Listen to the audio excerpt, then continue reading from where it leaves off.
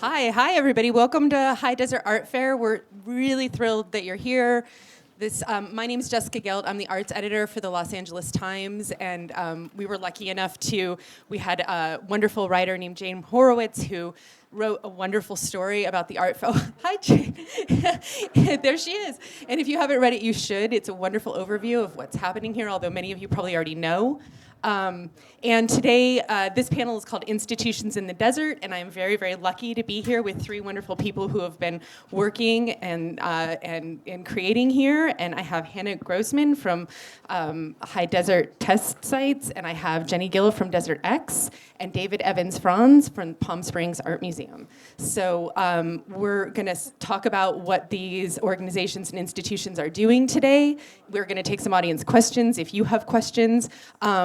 We did sort of like a pregame where they told me some of the things that they're most interested in talking about. So I'm going to sort of kick it off, asking each one of them questions about their initiatives and what it is that they've been doing.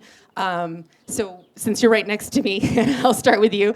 I know one of the things that you're doing now is instituting a co-directorship with the founder, Andrea Zettel, and now there's sort of a shared way of working the organization. You're also celebrating your 25th anniversary with a benefit dinner tonight, although is it sold out? It's sold out, okay. So did you want to talk a little bit about the co-directorship? And for those who don't know, I had the privilege of visiting the site yesterday, which is absolutely amazing and stunning. They have residencies there. Artists can stay and create. There's a beautiful home, and you can talk more about this, Hannah. Sure. Thank you so much for the introduction.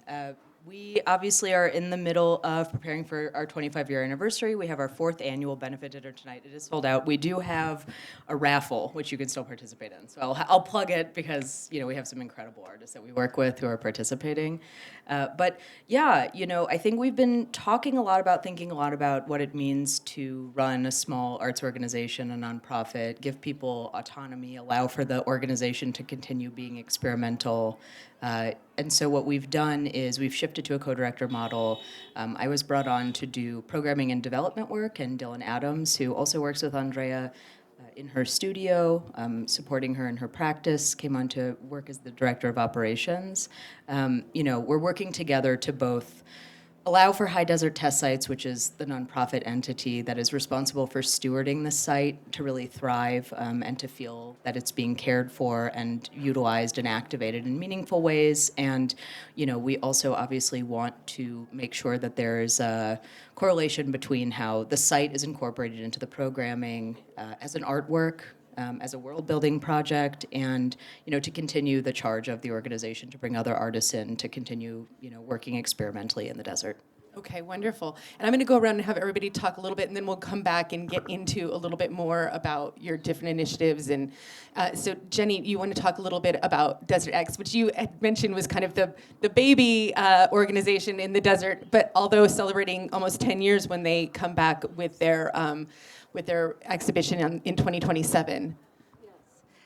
Thank you for the introduction. Yes, so we are working on our 10th anniversary edition in 2027, and it'll open in October and go through May of 2028. So we're also extending the length of the exhibition to really have the works, but also the audience experience it throughout the whole season. And, the other projects we're working on, we just closed our exhibition in Saudi Arabia a couple of weeks ago, which we've been doing since 2020, and we're working on new locations abroad as well, to be announced soon for 2027. Come to us with that. But,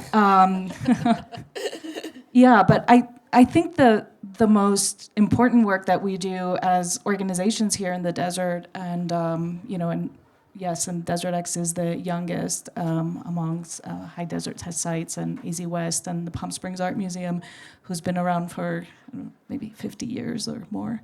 80? 85. Okay.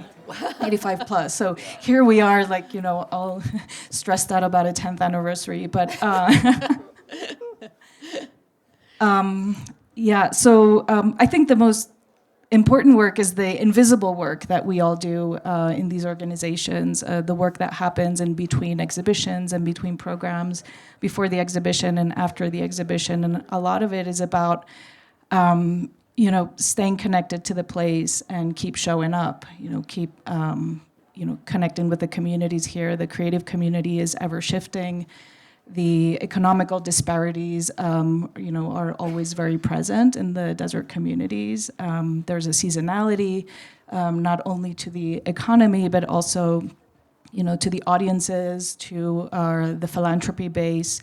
So, staying here for 10, 25 or 85 years, I think reflecting on the place has given these organizations some tough skin and some resilience in order to continue working. We're sort of a satellite cultural community compared to LA, or other major cultural hubs in Southern California.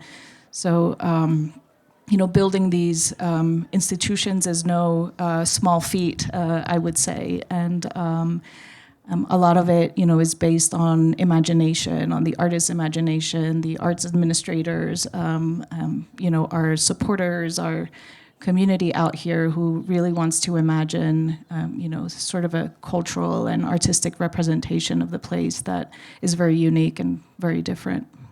Thank you. Yeah. And David, did you want to talk about the museum and also your work with the Q Plus initiative, because I think that's very interesting. Yeah.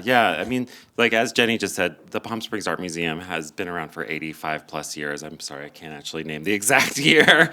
But in reflecting on the institution's history, it's been around through all the changes of Palm Springs as a place. So from a very small desert community into a major kind of modernist mecca, and then into the kind of city we see today and the desert at large. So it's had a lot of evolutions and changes and different projects. And I am the curator at large for Q Plus Art, which is an initiative that supports LGBTQ plus artists and art histories.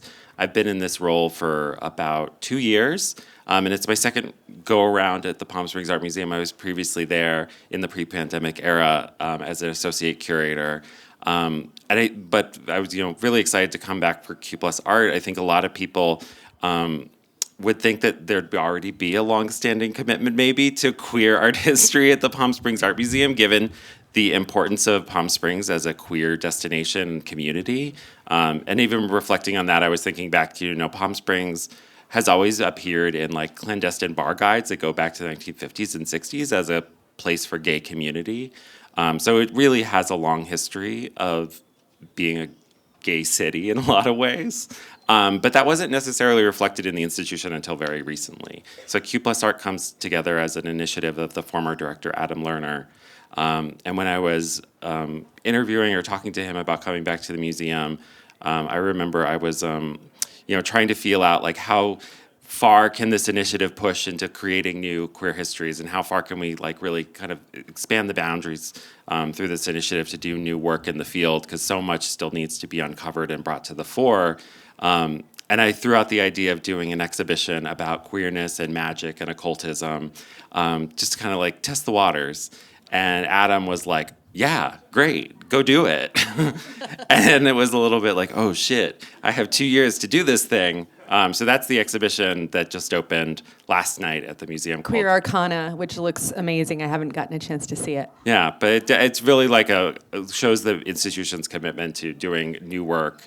The show brings together a lot of artists who maybe haven't necessarily been in a museum before, artists who haven't been brought together. So it is a really kind of another moment and another way in which the Palm Springs Art Museum at this moment is looking to engage with community and chart new courses with artists. Okay, great. And I think now, I'm just going to sort of go around and give you guys a little bit more of an opportunity to discuss some of the things that I took note of. And if I'm missing anything, please feel free to direct me.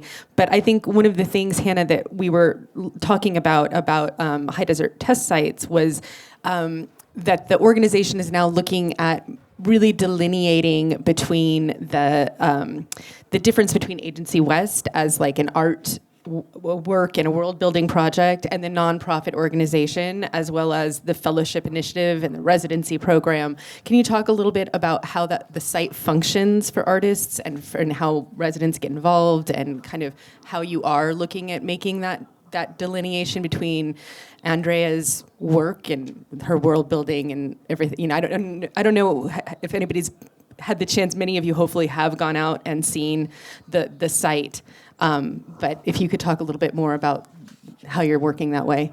Yeah, and I think that for us, it's not necessarily that the distinction is so important for us to identify. It's more that we really want to make sure that I think the artwork has an opportunity to exist sort of autonomously, and that there's not a muddiness between the programmatic work that's happening within the organization. We're cited there, so it's very important culturally for lots of reasons, ideologically, that we're reconciling, I think, with the methodology, the ideology that sort of formulated and created this artwork, the site, the studio practice. I think Andrea has, she still functions as the artistic director of the organization, and, is very involved in conceptual ideation and the way we're talking about how we want the organization to continue functioning programmatically. But I do think that something that's always really been true about high desert test sites is that it is an itinerant program in many ways. It is both sited and, something that can rove, something that can be both on that property, the 80 acres that it has over time become, and can also be sited elsewhere in, other parts of the desert. And we really want to make sure that artists understand through this fellowship initiative is one good example. This is our, fourth annual, and I know we discussed this on the call, but we have Anmi Lei's installation up right now, an incredible photographer, artist who came, over an extended period of time to develop this body of work that's currently installed amidst the plein air pavilions, which are a sculptural artwork that was made by Andrea. Our next fellowship artist that we have not yet announced publicly, so you're... This was on my list. So yes, yeah. She ties all of you together, by the way. Yeah, she really does. Obviously, very beloved, incredible, prolific artist. Lita Albuquerque will be our next fellowship artist, so we're very excited to be working with Lita. So between some of those types of initiatives, the fellowship being one where we bring people who are a bit more mature in their practice, and the residency, which is open call, we have a few different kinds of residencies that we offer on the site, utilizing the studio and the resources of A to Z West. We really are trying to make sure that there are a lot of different ways to access the work that we're doing there, and also to really bring artists to really expand on and expound on their own practices in relationship to what it means to be making work under these conditions in this environment that in many ways is sort of outside of the institution. Right. Yeah, that was one of the things, and I'd be curious, Jenny, to get your thoughts on this too. We talk about environment, and certainly that is a big part of what Desert X does. The creation of art in the desert is really interesting, I think, to all of us and to many of you. In what the environment does, the strictures and the effects of seasonality, and it can be quite harsh. I mean, if you guys were walking around yesterday, as I was, it's hot. And you think, of artists creating out here, creating site-specific installations, like it's a choice. And I'm curious. And it's a seeking too. I think people come here for different reasons, and I'd love to kind of get into that. And even for artists creating with Desert X, like what it takes to decide we're going to make a site-specific work in this place. If you want to talk about how you organize and curate and get those things up and running, and we could all sort of talk about the effect of environment on art and on it practice.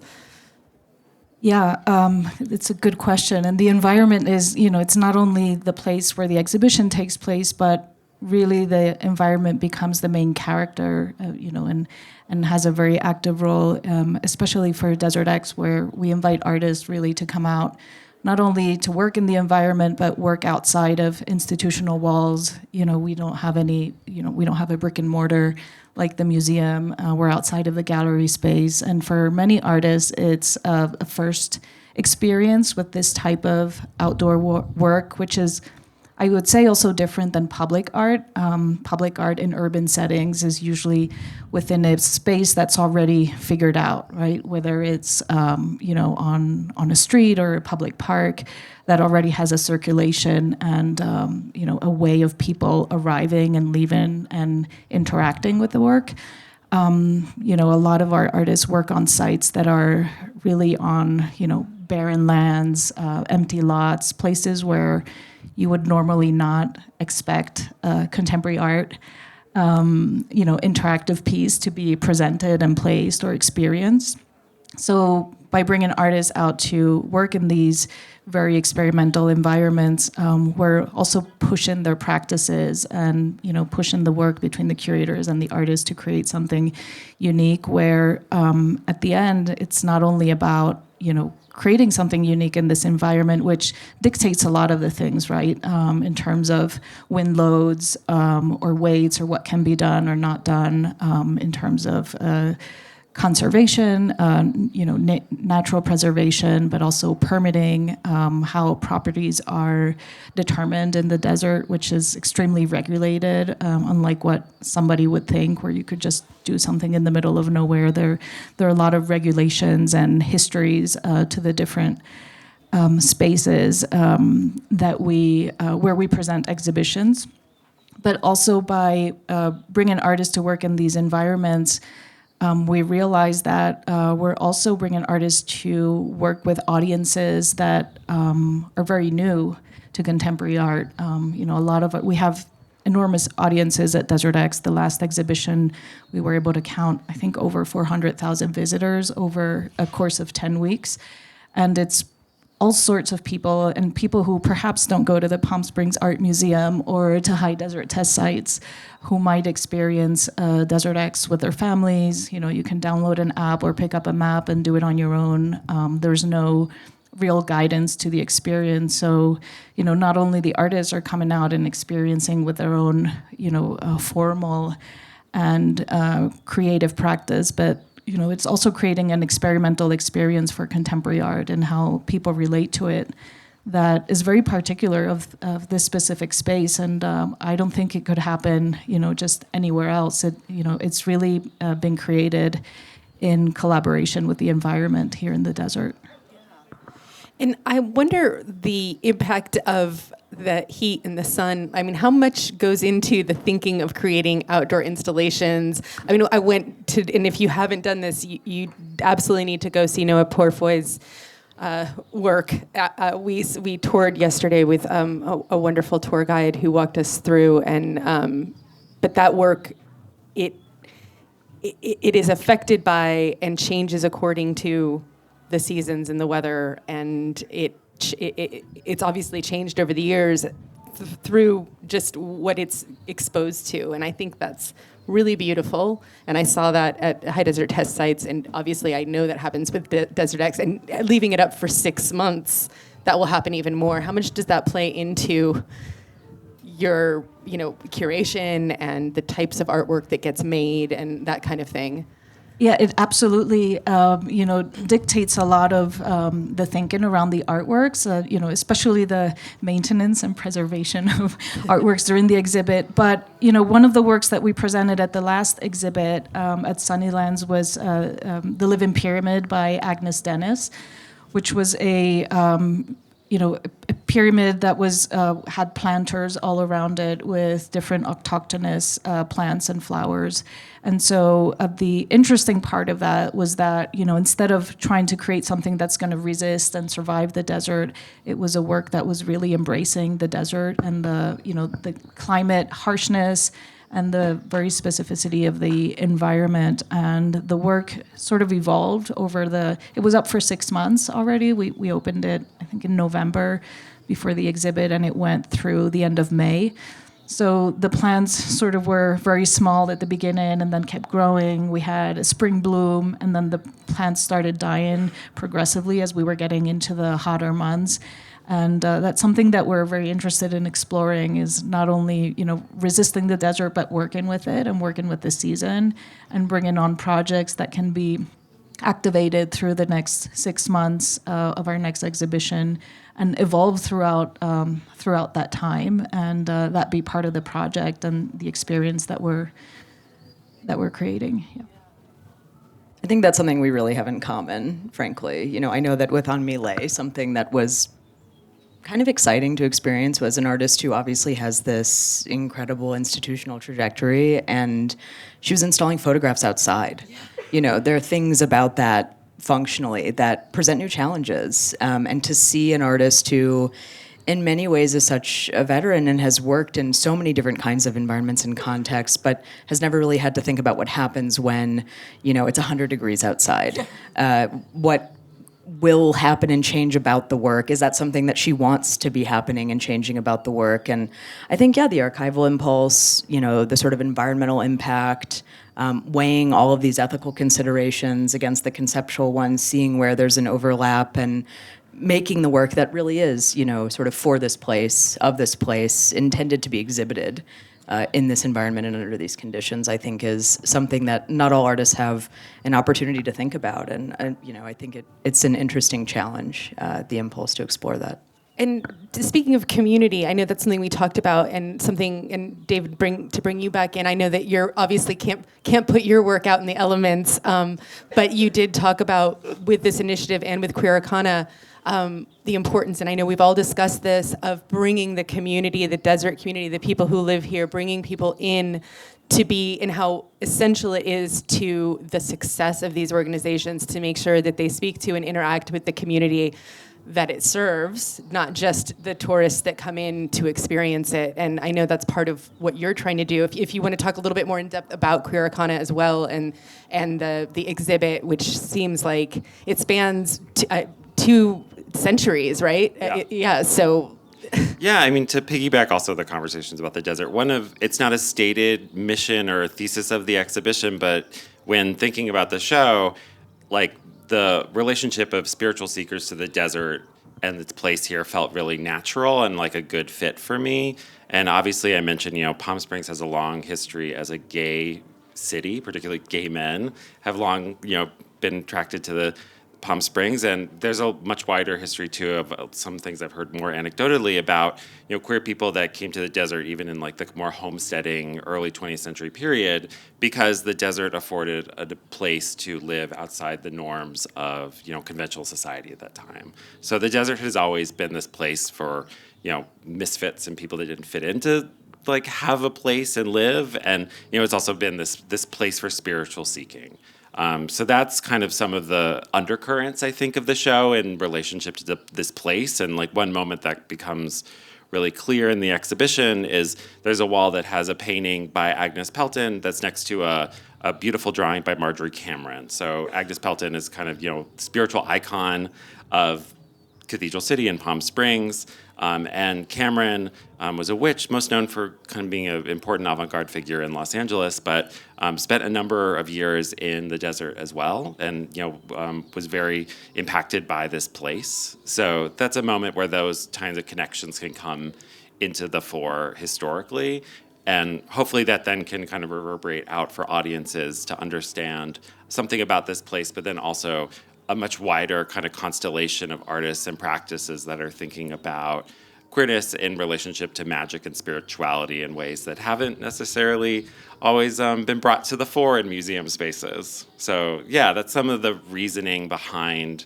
how Queer Arcana came together and the kind of goals we're trying to put forward to welcome people in, to see new histories that they may not be familiar with, and welcome community in to space they maybe historically didn't feel welcome in or didn't see themselves reflected in the mission or the kind of exhibitions or the programs. Yeah, that's something I would really love to talk about. And it's funny, I bet if I could go out into the audience and talk to each and every one of you, especially those of you who create and appreciate art. I grew up in Tucson, Arizona, so I'm a desert person. And I've always had a conflicted relationship with the desert. I love it, and I've been frustrated by it, and it's formed me, and it was harsh and beautiful and magnificent in so many ways, and artists do come to the desert for a reason. And I like what you said about the outsider nature of it, the idea, like, there's something proud about existing with the elements, about, it's not overcoming them, it's becoming sort of one with them. It's being at peace with them, it seems to me at least. And I'd love to hear your take on the artists that, both come to the residencies, the artists who choose to create, the artists that you're now interacting with, and the history of those artists, and to talk a little bit about what it is about this space, this place, why we come here, why we love it, why people are a little scared right now that maybe too many people are going to come here, and interfere with some of what makes it magical. So I'd love to dig into that with you guys. Okay. I think that those are really interesting points. I know that for Andrea, something that really drew her here was asking some of those same questions, and I think it's really when you look at our mission statement as an organization and frankly some of the principles that she employs in her practice, really that have spanned many, many years and inform her work and continue to do so are questions about how to live. They're larger ideological questions about what you need, to both be able to survive and to be able to thrive and to make work and to be able to be creative. And I think that, yes, of course, like any community where there's something special, there's always a moment where that comes under threat, where we're worried that it'll be exploited or that it'll be gentrified. And there's a very complex politics to that, of course, but I think that sometimes a place like this really sort of renders that out because it's about staying power. We're talking about how long some of these institutions and organizations have been here and plan to continue to be here. And I think it's about longevity. I think it's about the depth of commitment rather than, the width and how broadly and how much we can do. Growth doesn't always need to be horizontal. I think that continuing to work deeply with local organizations, continuing to build relationships and networks, having trust, in these places with the people who live here, who are invested in it, continuing to be a place of meaning and purpose. I think those are the kinds of things that really drive the work that High Desert Test Sites does, and I know we've all talked about this too, and in the work that we do, I think it's really about being accountable to those histories and being respectful of the people who continue to show up here and do that meaningful work. I see it in Andrea's practice. She moved here, in 2000 from New York. She grew up in Southern California but returned. She's been here for 25, 26 years at this point, and I think that really built her life around trying to reconcile what it meant to be here intentionally and to incorporate that into every aspect of the way that she's living, both in her own world and also in the way that her work impacts the people around her. Absolutely. Yeah, I was really struck by the idea. The tour guide yesterday at the test sites told me that Andrea had lived in a 3-story brownstone in New York and then thinking about looking at her beautiful home and just how, the choice to make that move, the difference, like what that would have taken, I think is quite extraordinary and obviously very intentional.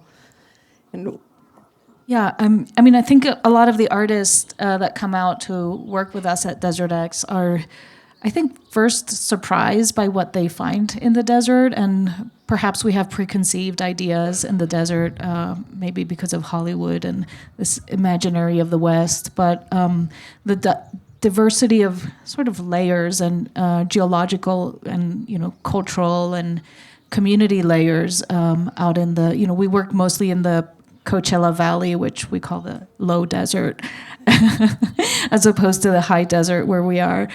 But there's of course the indigenous histories of the place, and there's agricultural communities that have their own histories in the East Valley and the Coachella Valley. There's all the Palm Springs, Hollywood, sort of a playground histories, the architecture, the mid-century, the number of artists like Agnes Pelton that have spent time here, the spirituality of the place, the golf courses, as and the kind of a savage developments and real estate, encroachments, especially in the low desert.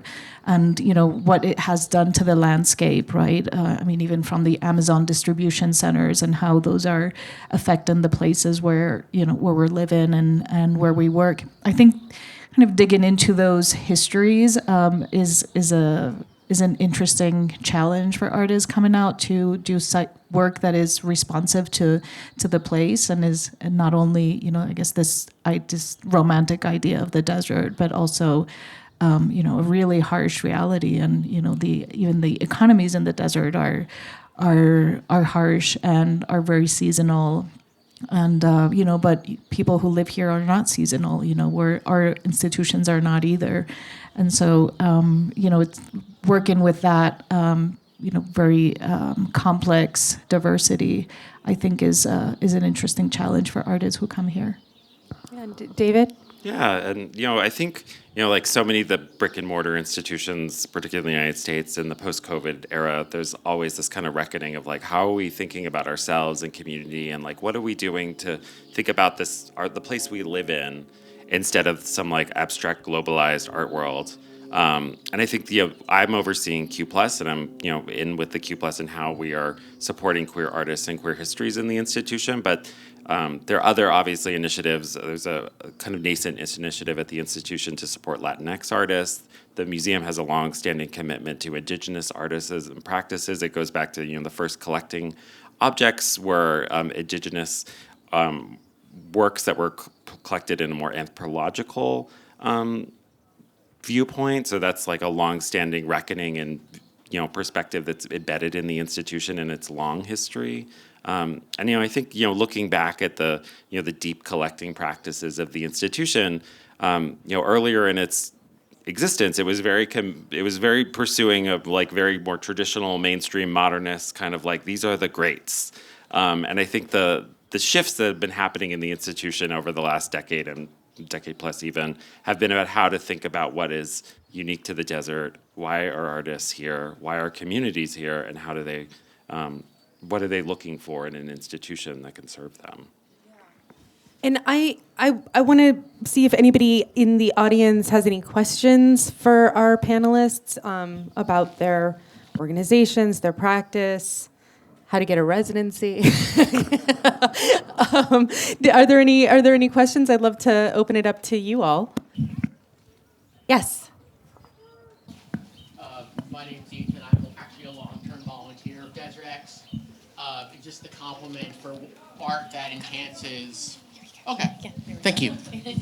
That enhances and really embraces the desert. Besides for Agustin Dennis's Living Pyramid, Kim Suja's Breathe work was one of the most visited works last year, and the best times to go were during the morning and evening when it wasn't so hot. But depending on the reflection of the sun, the work, like the desert transformed with dusk and dawn and changed colors, I think works like that really do have like a spiritual and special value when coming out to the desert, like a mythology almost. Yeah, absolutely. Did you want to speak to that at all, Jenny? Yes, thank you, Ethan, for your question. Thanks for coming out and for volunteering. And I think that comes back to a bit what we were speaking about of works that will really interact and take the environment as a collaborator. This work in particular changed with the changes of light, which is, as we all know, something really epic here in the desert, and that is sort of the base of the spirituality and why a lot of us stay here and call this place home. So I think and sort of these artists in particular, I think Kim Suja with this work really wanted to recreate a very spiritual experience for audiences coming from whatever background, or whether you're familiar or not with her work or with contemporary art at all, or a scholar. You would have as you walk through the work, as you walk towards it, as you walk within it, there's a walk-in experience, a duration that is not only from your body moving around it and within it, but with the change of the light of the sun. And it was actually also activated with the moon in the full moon.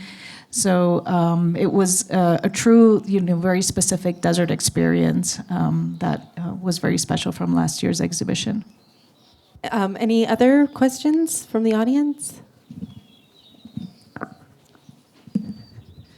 Looks like my daughter wants to ask something. Henry, did you want to ask something? Never mind. Anybody else?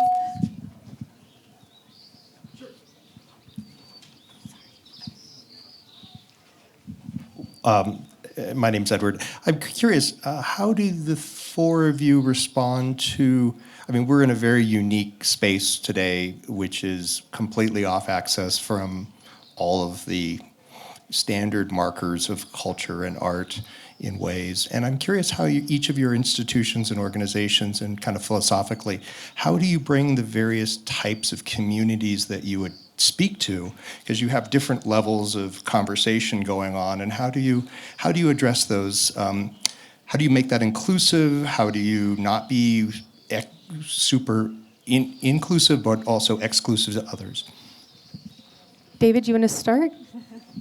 Sure. Yeah. As I've mentioned that the Q Plus initiative is focused on one particular aspect of our collecting and our exhibitions, and there are other initiatives at the institution. And I'll just maybe actually answer that even maybe less as the institutional representative, more as a person or as a curator. Like I kind of approach my curatorial practice, particularly for queer topics, as a little bit like I'm making it for queers and the audience I really feel most connected to. And that's not to say I'm discounting audiences who may not identify in that way. And I want to provide them all the inroads to understand it, but I also really feel committed to creating exhibitions that are kind of our history for us. And I think people can really always, there's so much within that, and there's so much of a welcoming joy in a lot of the work that there's ways for others to come into it. But that's kind of how I approach my curatorial work in this regard. So it's that's not really actually a great answer, but it's the truthful one.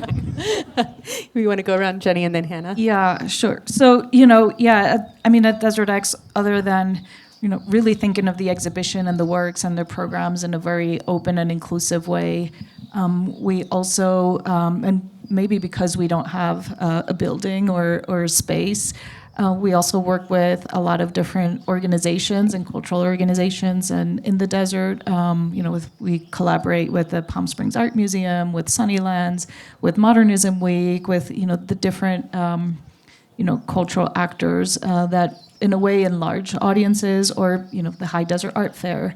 I'm sure Hannah and I will come up with something for the coming years for Desert X and High Desert test sites to collaborate and to support each other. And through a lot of our public programming, we've done programming in collaboration with organizations like Boxo Projects and a lot of artists who are based here in the Coachella Valley and in the High Desert. So, it's a way of opening up to different communities and different, approaches to what we do. Yeah, and I think all three of our projects, organizations, institutions have sort of different and similar ways of thinking about that question. But I know that for High Desert test sites, it's programmatic, it's through residency, it's through communication. We try to create different points of access. The site is open 7 days a week from sunrise to sundown. It is available to the public in that way. I think that for us, it's communicating about things that we have on site that people can experience, partnering with local organizations and artists to bring their communities to utilize the site and to experience what is happening there. And the residency program really is, for us, a really expansive way to work with different kinds of artists in different capacities.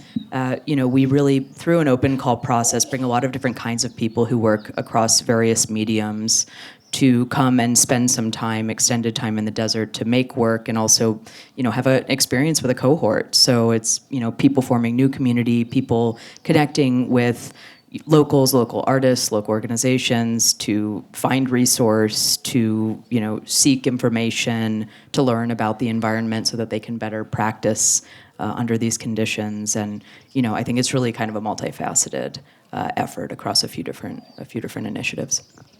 And then I think I'll maybe take one more question, give them a chance to say anything that we may have missed that they'd like to talk about, and then just to thank you guys for being here at High Desert Art Fair. I think to the last questioner's point, this is a very special place. It's a special gathering. It's unique and quite new right now, and I think it will grow. And it's great. I don't know how far everybody's traveled, but it's just wonderful to have everybody here. Any other questions? Besides my, Henry, you can ask your question. Go ahead.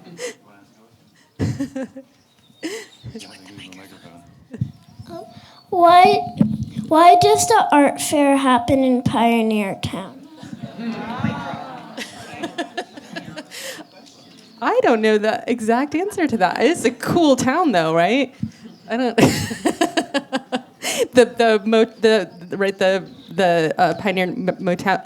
Pioneer Town Motel is opening up its rooms, which is quite unique and wonderful, I think. I don't know if. Why not? And then I want to give our participants just a chance, if I've missed anything, if there's anything else you want to make sure to communicate to our wonderful guests here, and then we will wrap things up. I'm just going to do a plug. So Queer Arcana is open today. It's up through October 18th. And if you have any questions or want to talk about Q+ art, please come find me. Sure. I'm going to put my executive director hat on and do a pitch. But yeah, I mean, I think a lot of the important work is what we're doing now, and it's not necessarily visible. It's not outdoors. It's not open. We are all not-for-profits, and we rely on a very generous community here in the High Desert, as well as a very brave audience. So if any one of you want to hear more about our future projects and our programs at Desert X, do come and find me. I'm going to be around the fair all day, and I'd love to speak to you and see how you could get more involved. Thank you. Similarly, obviously, not to be too repetitive, but yes, we are all nonprofits. I mean, we're very happy to have an opportunity to talk about the work that we do. At High Desert Test Sites, we're very happy to welcome you at any time. There are a lot of different ways to support us, from public tours to attending our benefit like we have this evening. Yeah, please don't hesitate to ask me any questions. I look forward to communicating about the Lita Albuquerque Fellowship and hope to see all of you when that is open to the public. And yeah, thank you so much for being here, and really happy to be included in this conversation. Great, thanks to all of you. I've really enjoyed talking to you. Thank you guys. Enjoy the fair. See as much art as possible.